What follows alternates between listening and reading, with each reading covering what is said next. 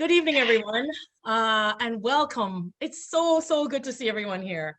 So welcome to the first episode of an online conversation, I Remember Little Jamaica When.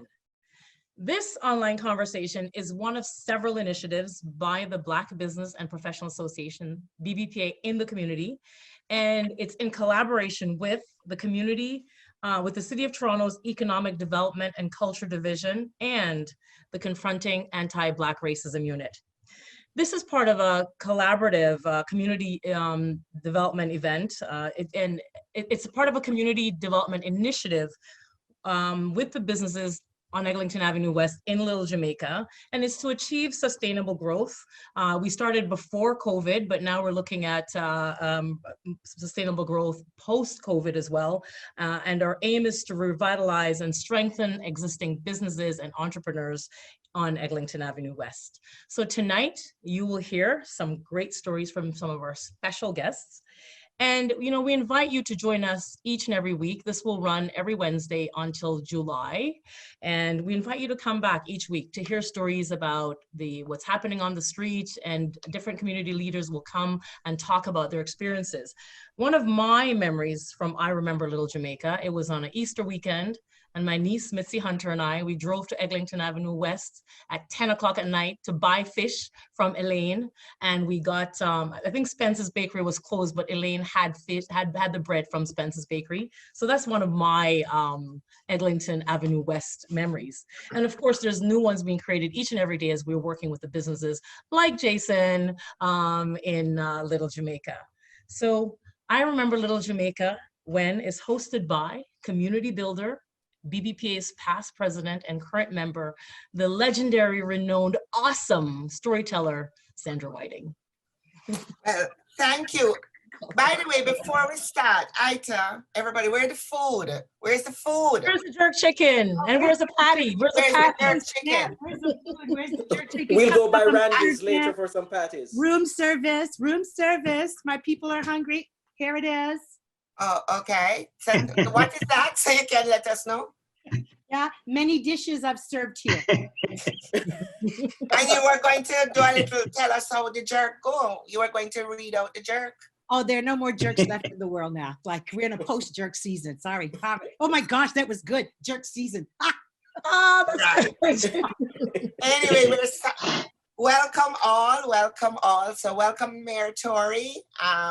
Please unmute your mic, sir. Welcome. That better? Yes. Thank you. Thank you, sir. Nice to see you, Sandra. Thank you. I want to say a very special welcome to Mayor Tory, Neil Armstrong, journalist, TV, print, radio, Ita Sadu. I first will say she's my best friend, and that's the most important thing she is. But she's also author, storyteller, co-founder of a Different Booklist Cultural Center. And then we have Jason McDonald, who I have only met online. Where is Jason? Put on your camera. Right, I'm right here. Right. And he has a business on the avenue, and tell me the name. 1572 Eglinton Avenue West, And Casual Beauty Salon. Casual Beauty Salon. And Yes. he says to me, I must note that he is an artist not only of design of hair, but other things which we'll talk about soon. I do want to let everyone know that Dr. Jill Andrew was unable to join us this afternoon. So all of you, welcome. Today is a day about stories. I know people have been saying, I want to talk about the issues, and that is not today. Today is about stories. And I was telling Jason that when we tell our stories, you find you learn a lot about each other. So the first question I'm asking each of you, what is your superpower? And I'm going to start with John Tory. What is your superpower? What do you mean by that? I don't think I have any. Find one, sir, find one. Well, I mean, my superpower is I can talk as if I'm energized by some what's the opposite to kryptonite? When Superman had kryptonite, it caused him problems. Whatever energizes me to talk. I was a talk show host, and I talked for 3 hours at a stretch, and I think I haven't probably given up with that, even though I have a different job now. Thank you for sharing. Thank you for sharing. Neil Armstrong, what's your superpower?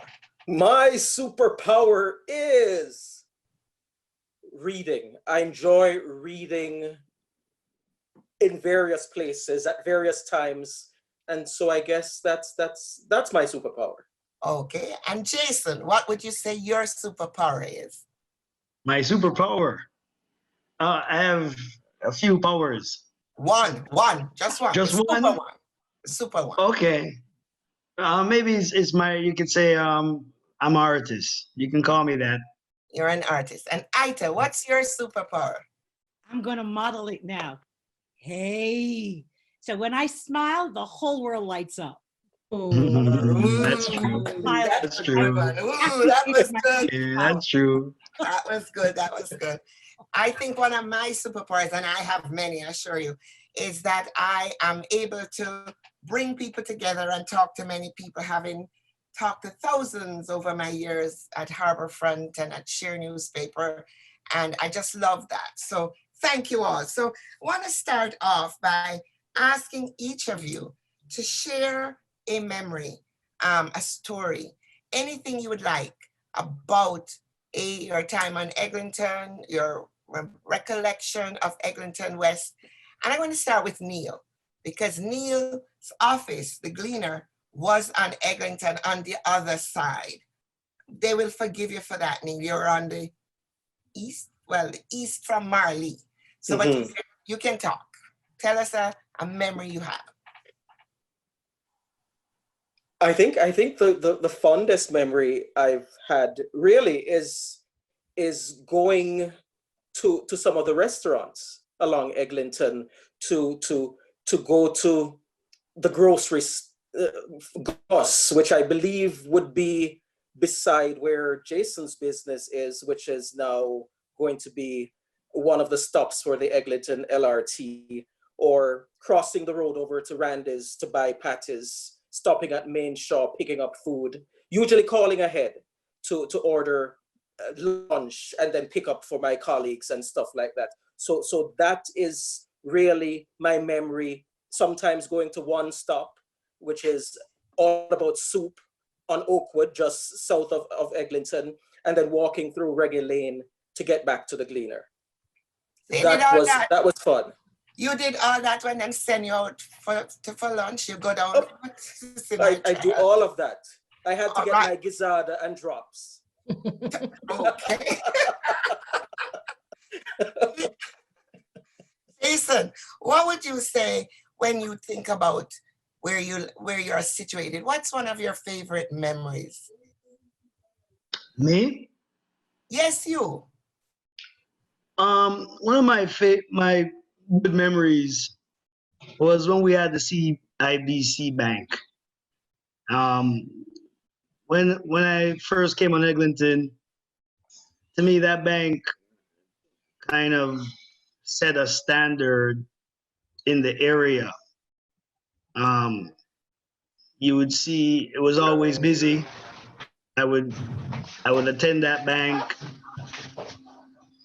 and it was one of the sad parts was when that bank left. That's one of my memories of Eglinton West, when that bank was there. Okay, that's okay. Yeah. Interesting. Yeah.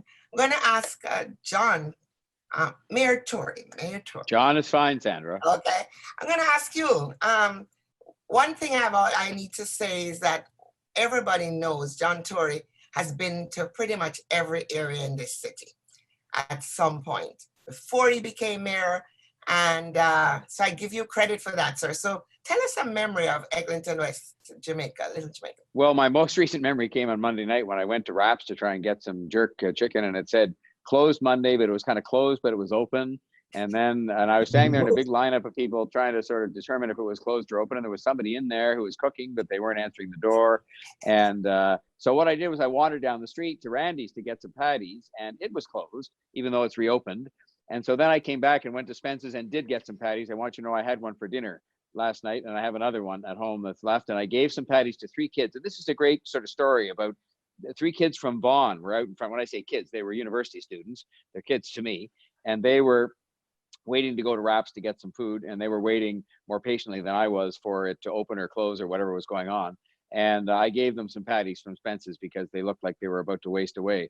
But I will tell you, I have many fond memories from visits I made with Josh Cole when he was a counselor, with Mike Cole, his dad, who's now the counselor, to Sunshine, and to all the places along there. And the only thing I haven't done, and you'll say to me, well, I haven't really visited if I haven't done this. I haven't come at midnight. I've come at earlier hours of the evening when you tell me this is not a true visit to Little Jamaica. And then finally, Sandra, I'll just say the absolute favorite I have that's a connection to Little Jamaica is when Little Jamaica came to City Hall with those great reggae musicians who came down and played for us. It must be about 2 years ago now. I want to repeat that again soon, because that was Little Jamaica coming to City Hall. We should make that happen again sometime soon as well. But great businesses, they're struggling. I was in the hair place next to Raps yesterday talking to them, and they showed me their cash register for the day and how much money they'd taken in, and I won't reveal it, but it was just a tough kind of day when the transit construction is still going on and the pandemic and everything else. So that's why we're doing this, and that's why I'm taking part, because I want to support these businesses and to create a lot more memories for a lot more people. I talked to people on the street on Monday night, and they just love, they're at home there. There's people that were sitting there and on the sidewalk, and I had a great chance to chat with them, and they welcomed me too so warmly. I was really heartened by that. So there's a little bit from me.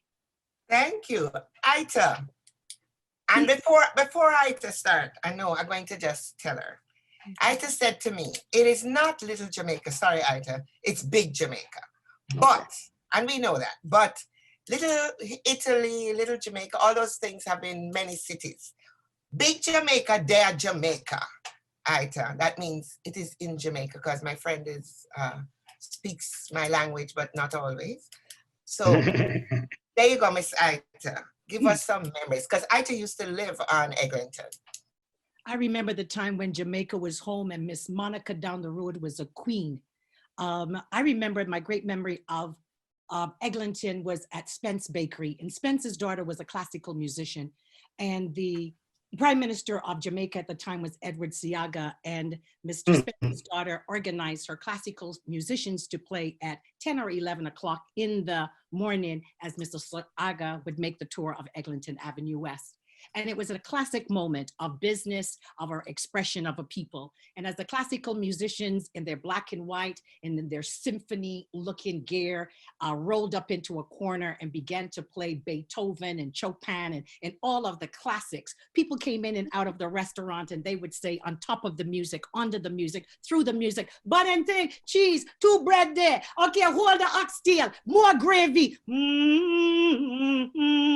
And and here was the Prime Minister, Edward Siaga, being exposed to Little Jamaica out of Big Jamaica in Canada. And the classical musicians played, they were top. They were A-game musicians coming at you. And the taxi drivers rolled in and said, 2 soups, 1 festival, hold on the double them, blah, blah, blah. So for me, that was a wonderful moment where the business became a cultural center, a moment of expression, a music concert hall, classical music coming, and then 2 cars pulled up, ba-ba-da-ba-da-ba-da-ba-da-ba-bam. Oh my God, Eglinton Avenue. So on this day of Black music, the history of Black music and Black Music Day, that is my fond memory of Eglinton West when Spence's Bakery had classical musicians and the community came on and engaged on top of it, under it, through it, and everybody would say, Lord Jesus, who them people there? You sound good. All right, good day, I love you off. Gone. Boom. That's my memory. Oh, good. Oh, that was awesome. That was Nice, awesome. nice. I tell you, never fail to deliver, never fail. Well, Ida's a storyteller. I'm a storyteller. We are good at that part of it. Good. I came to one of my best memories of Little Jamaica is Sunrise Bakery, because in my view, the bread is the best hard dough bread in the city, bar none. And you had to line up when you come there on a Saturday afternoon. Who tell you come on Saturday afternoon? And if the bread come out the oven, Jason smiling, but you know it when it's hotty, and you put on that butter. When I will share this. I used to cut it open. I had butter in my car. and I'll take a bit before I get home. Awesome, awesome. I really have fun memories. I loved when you go and the pan outside making the jerk and you have to line up. As John said, you're not sure sometimes if them open or if they're not open. That's something we may have to fix but people line up anyway. Them not sure if them open, but them stand up and say, well, maybe them soon come in because boy, me really want some jerk today. So that's one of the essences of businesses on the street already, you know. So thank you for that. John, one of the things, as we talk through memories, one of the things years ago, there was a reggae festival on that street. So question asking, do you think that there's a possibility that such a cultural event could happen again on Eglinton after all of the dig up and mash up of the street? You know what, Sandra? It's a matter of will. And we just have to make it happen. And I think it would be so much fun. And I think we'd have a lot more people in the city that would come to the destination of Eglinton West because that was going on and patronize the shops. What you find with all the other festivals that go on, which are really a creation of local business, is that they do a huge amount of business. Look at the Taste of the Danforth. I mean, people just come and eat. And you know, it is such a great crowd scene. What you were describing, even last night, people were lined up in front of this restaurant, not knowing if it's open or closed, but they're lined up anyway. So it was, you know, and if you'd had a bit of music there, it would have turned into a party. Now, right now, we're not supposed to have those parties because of the pandemic, but it would have turned into one anyway. And you know, outside Spence's, there's a barbecue sitting there smoking. I never opened it up to see what was inside, but I got the patties from there because they had them and I was desperate to have a patty. But so the answer is yes. And you know what, Mike Cole and me, and we will help to make that happen because that will create the destination. And if people came to see, when I say the charm, there's a character to what I'll call Little Jamaica, whether I'm supposed to or not, Big Jamaica on Eglinton. There's a charm and a character to that people in Toronto, you know, who may have nothing to do with the Jamaican community should see and experience. And the food, of course, is fantastic.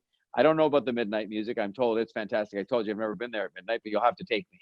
So Sandra, you can take me there at midnight, okay? I surely will. I surely will. If people think a reggae thing, and I think we should try it, you know, and I'll bet you it'll be an overwhelming success. Overwhelming success.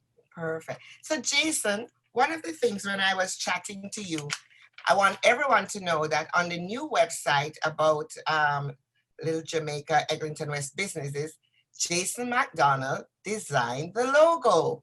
So could we just big him up for that? Because I want to tell you what he said, and I'm going to say it because he might not remember. He said, being an artist is his birthright.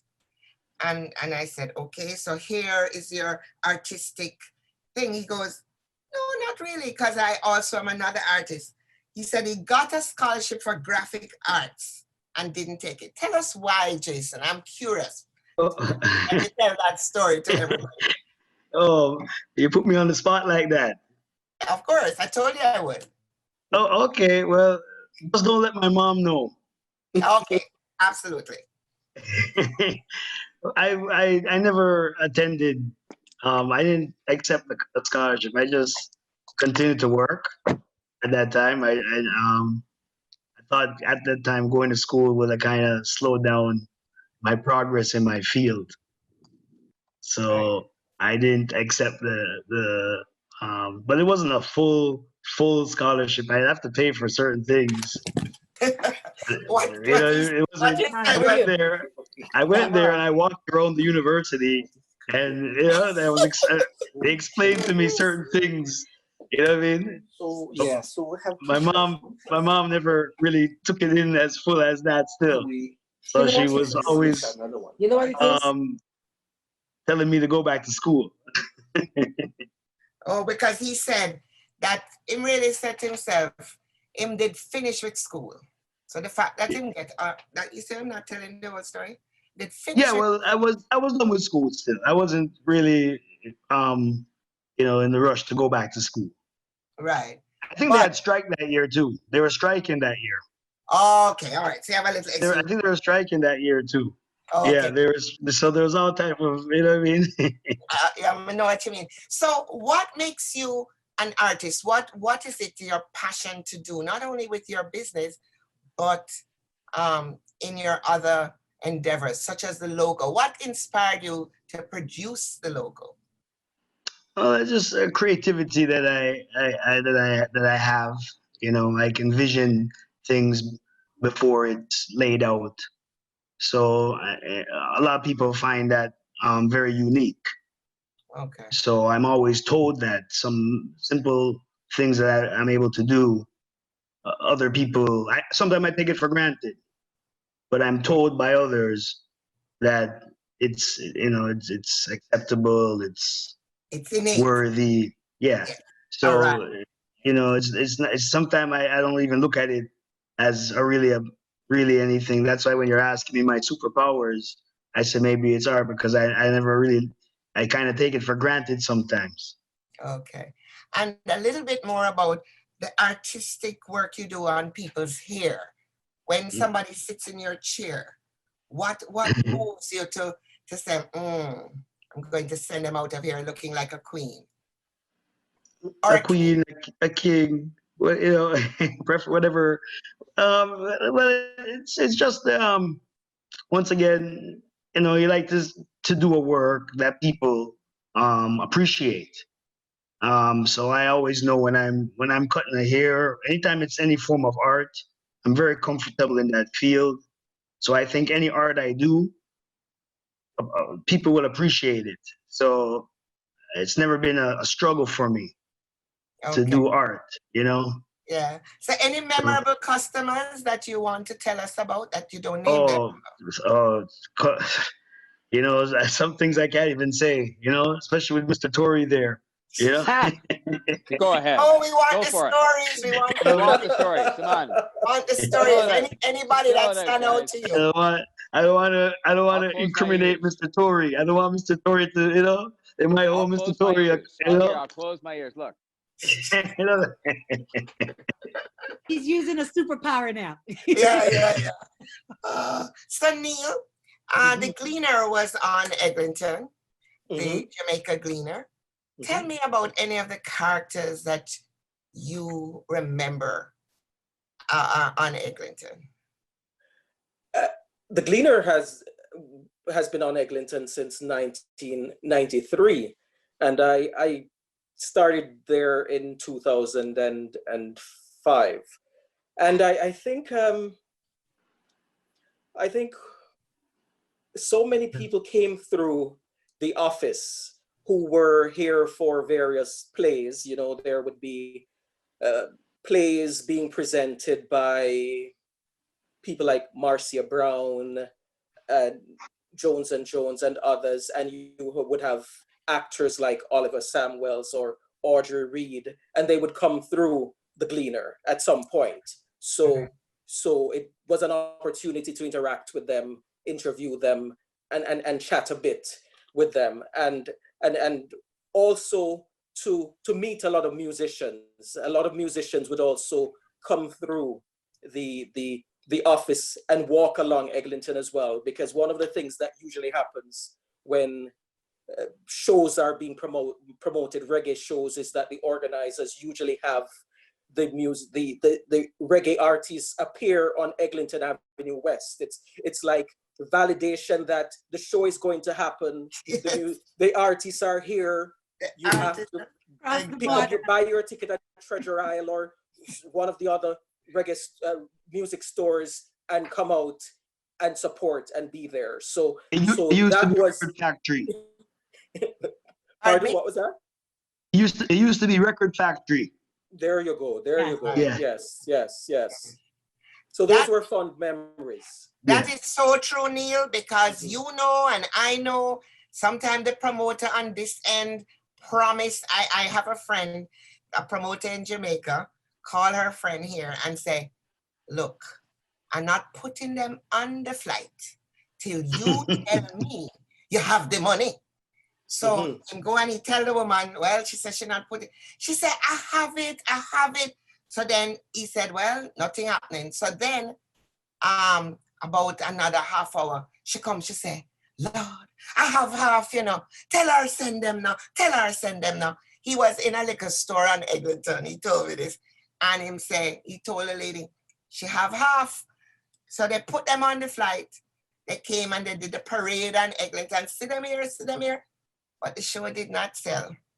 She turned to him and said after, "Aye, me not did tell you, so me only had half." So you know what that is like when promoters used to come on, and if you didn't see them there, you did not buy a ticket because, you know, ting and ting. So having been on that, you were actually living there on Eglinton for many years.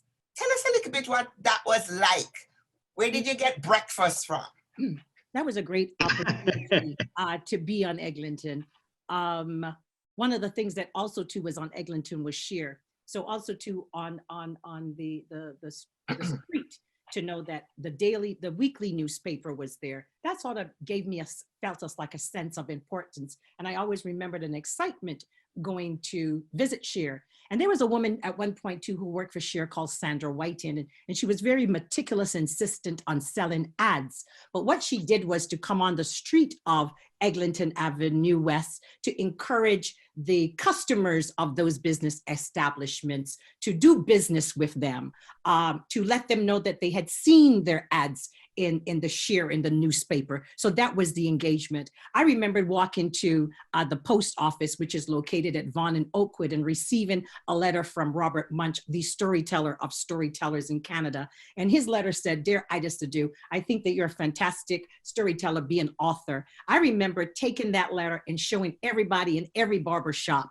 from Oakwood and Vaughan all along Eglinton. And as Jason, the artist who was speaking before, people were, "Boy, he big. Oh God, is it a real letter? Oh God," such interrogation about this document. But here I am in a community where I felt that I could share this goodness with people. I remember that in those days, there was an explosion of dub poetry, and Lillian Allen and Devin Houghton and Clifton Joseph and Adrazina Mandiela. And we were emboldened to take this dub poetry resistance activity out of Eglinton and take it to downtown, to be featured in No Magazine, to engage with spaces like A Space in Queen Street. So on Eglinton Avenue, you felt that the culture of Eglinton Avenue to crossed over the city and came to Queen Street. I remember the days when Leroy Sibbles walked down the street like he was a king, and everybody said, "There, Leroy, big it up, big it up." Enough respect. I remember the days when people brought their fine cars and their fancy cars and posed outside of it, and people said, "Rental that." They said, "No, boy, me own that." And you had bragging rights about that. I remember when rap came up with Patty and Pop, and he owns that spot as the business in the society that came together with Papi and Pop. And I think that was recreated by a woman who worked for him called Goldie.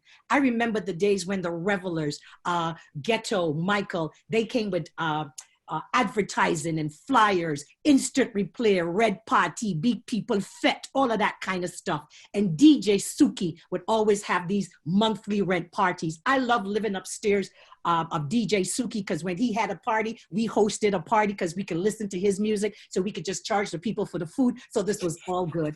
And I remember the days when I saw the modeling, where Mr. Spence was so patient with me and to sit with me as I asked him questions of where he brought his produce, and to look to see how customers were engaged at Miss Monica and all the businesses along the street. I want to thank them for entertaining multiple questions from me. What is business? Because I was desirous to be an entrepreneur. So here I was in a nation of people who were business people who took the time and the patience to respond to my questions. So Eglinton Avenue, in all of its electric activity, is a wonderful, you can taste it, you can smell it. And when you get on Eglinton Avenue and you come up the subway, you start to get on the rhythm, and you ride that down the rhythm all the way from the subway, all the way to Oakwood. And when you get to Oakwood, you just sit back and backtrack, and you just get on another rhythm again, and you take it all the way to Dufferin and Eglinton. Love it, love it, love it.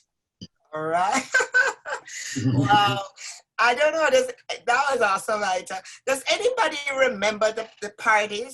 So I have been to every party on Eglinton when they used to have to, what they called, I don't remember what the name was, but it was parties that were strictly not supposed to happen, Mr. Mayor, you close your ears.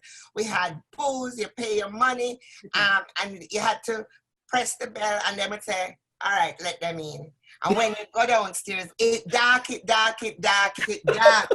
You're renting a tile, you can't see nothing. Yeah. But the music was hot. I went to every one of those places on Eglinton West.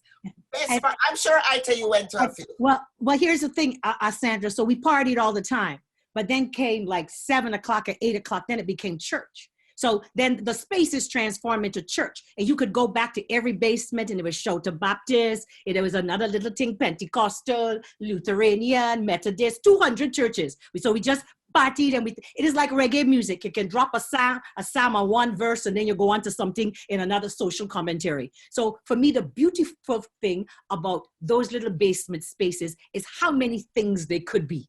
But I always remember that transition from the party to Well, you lived there. Remember, those were called to rent parties.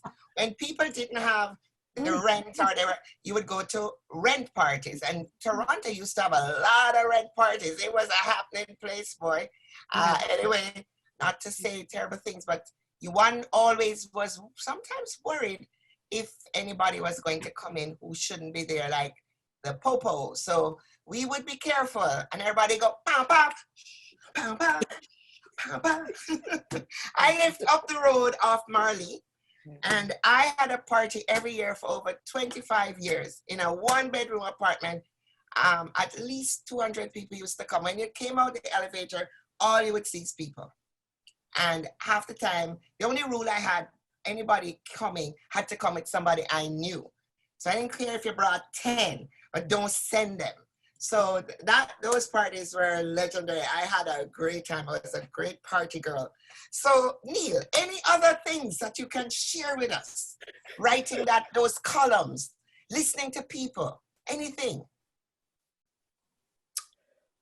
I think when Reggae Lane came on the scene, and I remember going around from business to business, talking with various people about Reggae Lane, and to write a story. And there were lots of people who loved the idea that as the era is transforming, there's this memory of the place that will always be there. And then there were others who were very vocal against the fact that it was happening because of where it is, etc.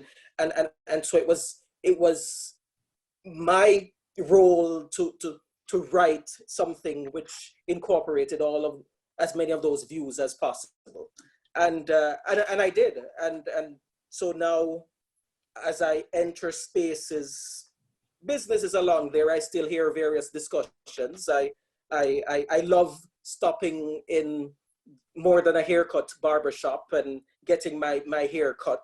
You have hair? When I could have, it's here somewhere. But knowing that upstairs I'm getting a haircut, but downstairs is a recording studio. Mm-hmm. And so sometimes you hear the recordings going on down there, and I'm thinking this is wonderful. It's showing the dynamism of the entrepreneurs along the strip. Mm-hmm. That's so true. I just want to say in the chat, they used to call them mortgage payment parties, sell booze parties. Mr. Mayor, you're not hearing that.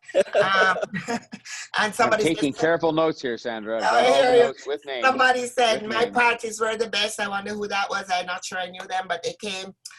Somebody said we would drive from Hamilton with the kids. It was so confirming. Oh, it was Maxine Bailey. Yes, she was a guest. Sorry, Max. So good memories, said someone here. People have a memory. That street, that area evokes our culture, evokes a place where people felt very comfortable to hang out. And sometimes those who are a little bit more, oh my goodness, they're hanging out. I love that. I think it's important that Toronto's diversity reflect its many neighborhoods and the style of its neighborhoods. John, what would you say to that? No, that is what makes this city great. You can go around, and you were talking earlier about Little Italy and little this and little that. Whether we name it that or not, the minute you walk into those neighborhoods, you feel the character of the neighborhood and of the people. Because it's not about the restaurants; they're a part of it. It's about the people. And the scene on the sidewalk. On the times when I've been there, there's always a scene on the sidewalk of some kind going on. Even last Monday night, there was a scene on the sidewalk, a small scene, but it was a scene. And all the stuff I'm hearing about tonight. I have taken notes, by the way, of all those parties and all the people who were there. And there's no statute of limitations on those things, so I'm afraid there's going to be some reckoning. But they But had having said all that, it's so great. It's so great to hear about it, and we're going to do it again. You know what? We're going to do it again. It's not up to me to do that. It's up to the community. But we're going to do it again, whether it's a reggae party or something else when the transit's going, and before we can make this a destination again. A lot of people don't even know it exists. Right. I tell you were saying? No, I was saying to Meritori, but remember, after you took the notes that they did church after the party, so they corrected the past Yeah. things before. But Sandra, one of I think a great moment on Eglinton was when the Reggae Boys went to the World Cup. And it was 4:00 in the afternoon on Eglinton Avenue. And the Reggae Boys had won a game. They had won a game, and there was great excitement. And suddenly this impromptu thing, and you talk about the characters on Eglinton, and there was this man who was a regular. He'd walk up and down the block, and suddenly he began to reenact the goal. And suddenly people began to line the street, and they would say, all right, move it, no. And he would just like pretend that he was moving with the ball. And then the crowd would say, score. And he would just score, and they would go, goal. Well, we shut down the entire street for a good 45 minutes with him just replaying that goal in our imaginations. And then people got more innovative. The buses who were coming around the corner at Oakwood began to toot their horns. They got into the groove. The people in the buses got into the groove. But what was particularly beautiful about the day was people would say, all right, pass the ball, Naman. So they began to call the game from so many different angles and all in the imagination. A man at that time who was seen to have mental health issues was listening to the call of the audience, and through his imagination, he reenacted that entire game. He never did the same thing twice. That's the beautiful thing about that moment. But as we called the game, this man just went into this mode and just brought it home. And all the people in the bus jack up and everybody go, goal! One of my great memories on Eglinton. Hello? Even get to Germany or wherever they play, but boy, we were in that moment. Sandra. Yes. Hello? Yes. Hello. Yes. Mr. Torrey. I can ask Mr. Torrey a question. Absolutely. What? Sure, I'm right here. Mr. Torrey, we're talking about having a little kitty caravana, little Jamaica festival. How are we gonna have this type of a festival when after Metrolinx there ain't gonna be a lot of Jamaican-owned business, Black-owned businesses on Eglinton West anymore? Are you saying that because they'll have disappeared, or because they'll be forced out because it'll become a more desirable place for other people to be because the transit is there? Are you saying, which one are you talking about? Because they haven't survived, or because they will be forced out because of market conditions when the transit is there? Well, since the LRT started, I think more than half have already closed down. So I don't have the statistics in my head right now like that, but there was a period of time where they said there was over 144 business that closed down along the Eglinton West. I don't know if that was all Little Jamaica, but that was just Eglinton West in general. But as I said, something like this Jamaica party, you'd like to have some Jamaica businesses around to have some type of party like this. It won't work otherwise. I agree with you. But part of why we're doing this very session, coming out of a roundtable we had on business with this business community, is to sort of recreate the awareness. We did something, for example, which could perhaps benefit some of these businesses in that we just passed something that gave a huge tax break to music venues, live music venues that sort of feature grassroots artists, not the big places like the Scotia Arena or those places. So I think that, look, we're going to be taking steps, and I'm going to work with Mike Cole, and I'm going to work with you. Part of the reason why these discussions are all happening is to say, look, we have to preserve some of those businesses, as many as we can. And they're going to be around for a better day. I sent this to the hair place I was in a couple of days ago, just 2 down from Raps. that, you know, when the transit comes, it's going to be much better. People will come because it's a destination and they will be able to get there and they'll know where it is because we'll make it a destination. But look, I share the concern. That's why we're having a number of these different things to sort of promote awareness and to do what we can to help those businesses, you know, just survive one more year. I know it's one more year, but it's only one more year compared to the 10 years it's already taken to build this transit and all the disruption that's happened. I know, but during that 10 years, Mr. Thor, Jason, hello? I hear you. We are well aware that there are issues about, somebody on the call says, we're concerned about all you have mentioned. We're afraid some won't survive, and others are we forced out. And I do want to take this time to ask my guests, what ideas do you have, having spoken to people, of what else can be done to make sure that this vibrant neighborhood survives? Any thoughts, any ideas you have about what else? Because it is true that many people have lost, had to move their businesses, not just on that side of the street, but anywhere where the LRT disruption was. So what ideas do you have to help us make sure that this area survives? Could I ask Neil any thoughts? Okay. Neil. I having spoken to many of the businesses along there when Eglinton LRT work started, some of the owners were hopeful about what it would mean for their business after the LRT is completed. Others, they were affected in the moment and saw it as affecting their business to the point where it might have led to them closing. And I'm happy that there have been community benefit agreements that have been put in place to have young Black people involved in the work along the LRT. And I know that the Nia Center for the Arts that was around the corner that was on Oakwood has been involved in a number of initiatives. So is the group, I think it's called Black Urbanism. I hope I'm not mistaking the name. And so there are all these strands of community organizations that are getting together to see how they can creatively work with the businesses along there for them to thrive and be sustainable post COVID-19 and after the completion of the Eglinton LRT. So I'm hoping that out of that will come thriving businesses, those that will be able to survive the work that's going on there. Okay, and to Nadine Spencer's point when she came on, that the Black Business Association is also partnering to work with businesses. And one of the new initiatives, for those who don't know, there's a new website that actually, finally, one can go and get a list of all the businesses on Eglinton, find out what restaurants are there, find out, information about the area. I want to ask Aita, any thoughts? We live in a world where people see things, they move on them.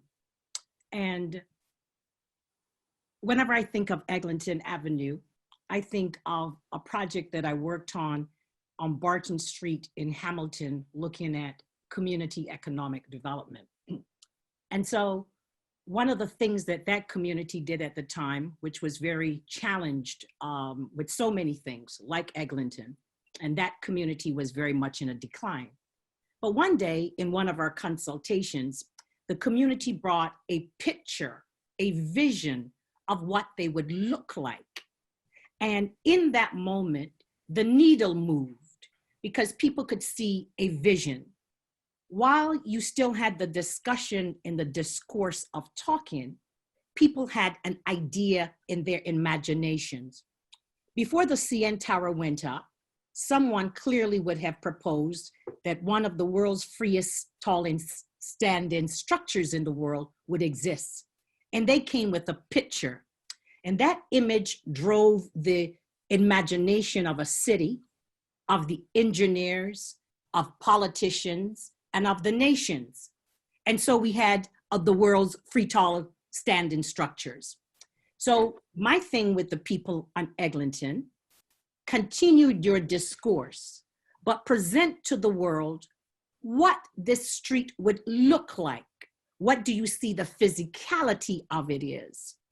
In my world, when I envision Eglinton, I see it as a destination where people will come and where we will have, and to use one of the expressions of the BBPA, the art of the possibilities of here.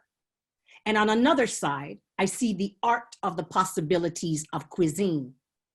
Even if that is not the vision, what I would like to see is what the newness of the street would look like.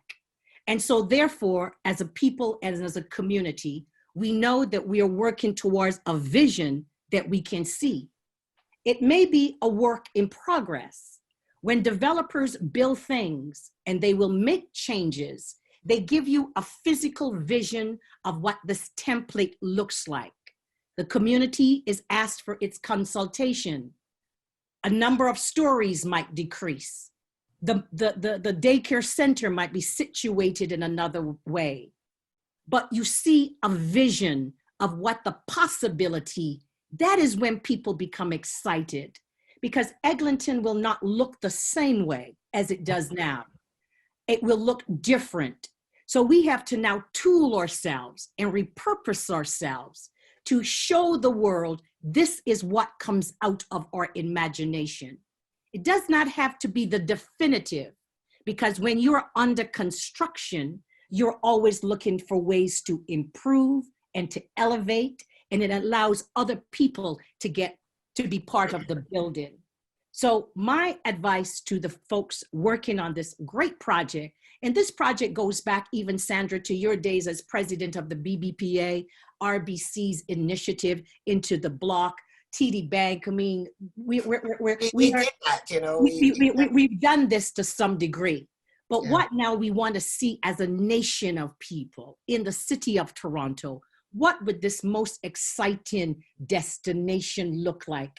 I think that that would uplift the hopes of our people. I think it would add fuel to the business people who can't really see, but now have something to see. And I think that it would engage the developers in the community to rethink how best they could facilitate a vision of business people on Eglinton. Thank you. One of the things I'd like to add, we do need to make an effort to do some housekeeping. We have had people who have had the same poster on the wall for 40 years. We've had people who have the window you can't even see inside. We need to have a time when we take ownership of that space. And I know we're going to have community involved to come and work with. You ever see all those shows where they come, the community comes out and says, okay, we're going to help. We're going to be part of this. All that's going to happen, Jason. All that's going to happen, because it's not just Jason's little store. It's our place. And I was watching a show on, what's his name? The Chef Ramsay. He's now doing clean. He went to this area and the whole community came because there was a plan. People said, okay, what can we build? They built, on the places that were boarded up, they built pictures of the storefront. So you didn't know it was boarded up. We can put our art on the walls there. We can let people know this is a place that has professional businesses. They take pride in how their places look. We're going to make it that this is where you want to come. We know it's hard. It must be hard working when half the time nobody can see your place. That's going to change. I promise you. I know Ita. I know Neil. I know me. We're going to make that happen. We're going to be part of the change. And it is going to take more work. And it's going to be hard. And you're going to cry. And you're going to blame everybody else. And we're going to cry some more. And John Tory is going to go, oh my gosh, they're calling me again. But John, take the calls, because you're going to hear the good and the bad and people pushing you, because you are mayor of our city and this area is important. Okay, I'm on that soapbox. Sorry. Sandra, Yes. I just want to just permit me to say one tiny little thing. A lot of the businesses on Eglinton that existed before, people were in business because they had specific goals to get their children through school, to be educated, to buy homes. And a lot of people went into business because they had those goals as destinations. And they did business in the neighborhood, but they did not necessarily live in the neighborhood. Now we have a different group of business people who are beyond looking at their children being schooled in their homes. They're there for like a long run. They live within the community and around the community. So what is different and what is more purposeful and exciting, that the stakeholders that now live and work on Eglinton also have an interest, if you will, in the neighborhood of Eglinton, as opposed to doing business on Eglinton and living somewhere else, which is removed. So for Jason, I don't see Jason's business as one where he is to put children through school or to pay his mortgage, but to be an artistic entrepreneur with longevity. Here is our turning point in the big ship on Eglinton. Just respectfully wanted to share that. Thank you. Jason, what do you think? Are you getting excited, Jason? Unmute your mic. Unmute your mic. Okay. Jason. Yeah, his mic is on mute. His mic is muted. Does he know? Can he hear? Yes, now he does. Great. So Jason. Sorry about that. Yes. I'm still a novice when it comes on to all this webinar. All of us. All of us, my brother. All of us. Yeah, you know what I mean? New learnings. So I was asking you, are you feeling excited? I know that you say to yourself, all of them can talk. My till don't have the money. It is hard. But do you believe? You got to believe. What I know, Sandra, it's been very difficult. With this Metrolinx, the last basically 10 years, I know you have this arrival of COVID. It's been, words can't express how difficult this has been. I was listening to Sister Ita, and you know she's right. We're not able to have our business and send our children through school through our business. We have to find other means. We have to do other things. Our business is not something that brings forth revenue like that since Metrolinx arrival. You know, when I think about it, it's even more disturbing thinking how, you know, these are big companies that they choose their location and where they want to start their business, and they have no consideration of the small business. Even though, you know, I'm hearing a lot of people talk highly of the importance of small business in communities, we're not given any form of relief or any form of anything. No form of, there's no form of, any form of help financially. These monies we have to come up with ourselves. Okay, Jason, I want to stop you there because I hear you. But did you hear the passion that there is going to be a change? We need you to hear, and we need you to heard that before. I've heard that before. Now, yeah, but now we're nearing I'm familiar with that. I'm familiar with that phrase, the believing, the absence of facts. Well, the absence of facts, it doesn't really encourage me. It more gives me more of a, when you say belief, it more scares me because there's no certainty. Well, I'm in a business of certainty. Jason, may I cut you a bit? In this time, there is no certainty. COVID Yes. has changed that. The world has changed. There is no certainty, my brother. No, but it's been like that before COVID for me, From Metrolink's arrival, I've been going through this uncertainty. COVID is just recent.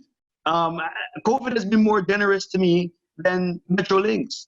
I You know hear what I you. mean? I hear you. Yeah. But I want to stop you there because I understand that it has been hard.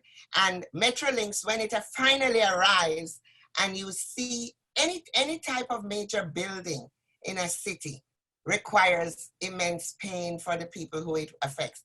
When it comes, you will see a different place because it will be different. It cannot Hopefully. stay the same. Hopefully. It will. Yes. But what we want to make sure that you know that there are many of us out there who are going to help to make that happen. We know it's hard, but I do not want to end on negative vibes right now. No, I want to we end won't do that. on the positive vibes, Jason. You were part of the website. You did Yes. the logo. You told people that it is important. So, my brother, try to find that positive energy because we need you to have it. You're on the avenue.